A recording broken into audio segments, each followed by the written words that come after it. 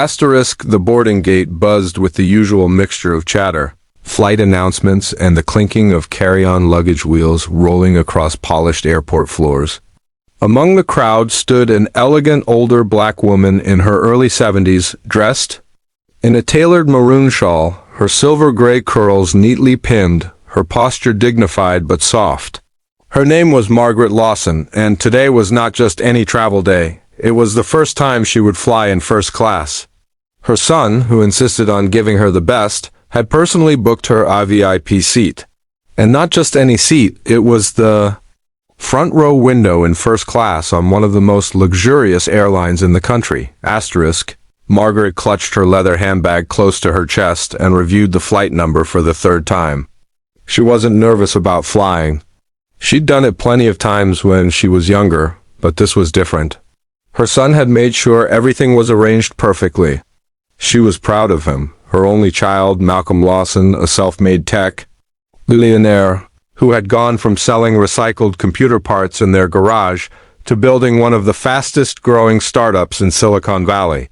Asterisk. The gate attendant called first-class passengers, and Margaret stepped forward with calm grace. She was met with a smile, but as she entered the aircraft and approached her seat, she noticed something wasn't right. A flight attendant with a forced smile approached her and spoke in a hushed tone. Asterisk. Ma'am, would you be willing to switch to a seat a few rows back? We're trying to seat a frequent flyer who's requested this window spot. Asterisk. Margaret blinked. I'm sorry? She asked gently. Asterisk. The flight attendant lowered her voice. There's a gentleman, one of our platinum members, who prefers this seat. You're still in first class. It's just a different row. I'll seat. Asterisk. Margaret hesitated. But this seat was selected by my son. He told me it's the quietest and has the best view. I'd like to keep it, please. Asterisk. Before the attendant could respond, a tall, middle-aged white man in an expensive suit approached with an air of entitlement. He didn't address Margaret.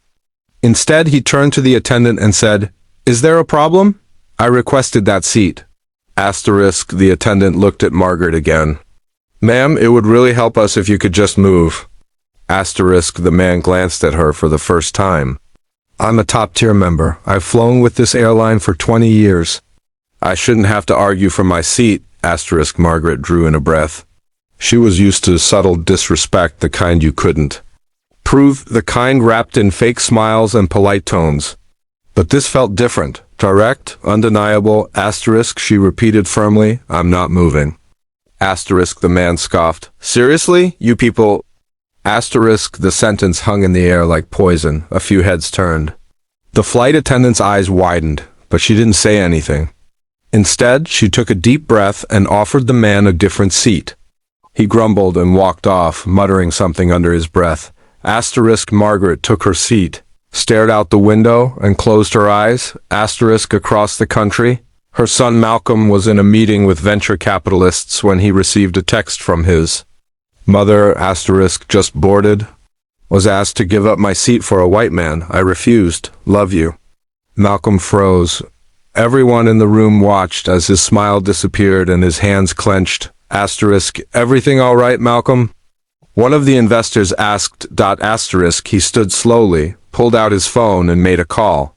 Not to his mother, but to the CEO of the airline. Asterisk. You see, Malcolm Lawson wasn't just rich. He was respected. His company had recently signed a massive enterprise deal with that very airline to provide data and AI services for flight analytics. The deal was worth over $60 million. And Malcolm, always a silent power in the background, was their biggest tech partner. Asterisk. He didn't yell. He didn't threaten. He simply stated facts. Asterisk. My elderly mother was asked to switch seats to accommodate a white man. On a ticket I personally booked under VIP protocol. She was humiliated. Asterisk. There was silence on the other end of the line. Then stammered apologies. Malcolm didn't care for apologies. This isn't about her seat. It's about how you treat people who you assume don't matter. Asterisk. By the time the plane landed, the entire customer relations team at that airline's regional office was under review. The flight attendant involved was suspended.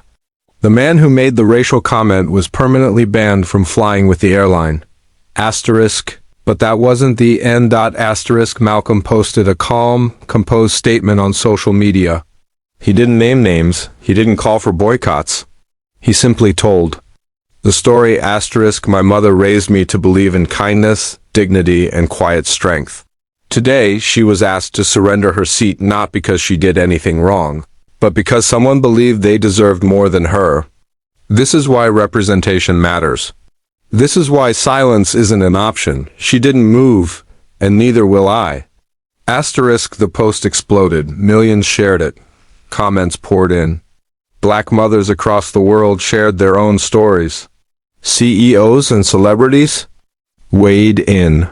The airline scrambled to contain the fallout. Asterisk. Margaret, meanwhile, didn't want fame. She didn't want interviews. She just wanted to have dinner with her son when she landed, and she did. He met her at the airport with roses. Asterisk. She looked at him and smiled. You didn't have to make a fuss. Asterisk. Malcolm hugged her tight and whispered, I didn't. You did. You said no, that's all the world needed. Asterisk. In the weeks that followed, the airline's board made sweeping changes. They hired more diverse executives. They implemented mandatory inclusion training for all staff. They publicly credited an anonymous customer experience for the shift in policy. Asterisk. But people knew the truth. Asterisk. Margaret didn't just keep her seat. She reminded the world that dignity isn't granted, it's claimed. And no one, regardless of their title, their money, or their platinum status, has the right to take it away from someone else. Asterisk. Her quiet resistance echoed far beyond that airplane cabin.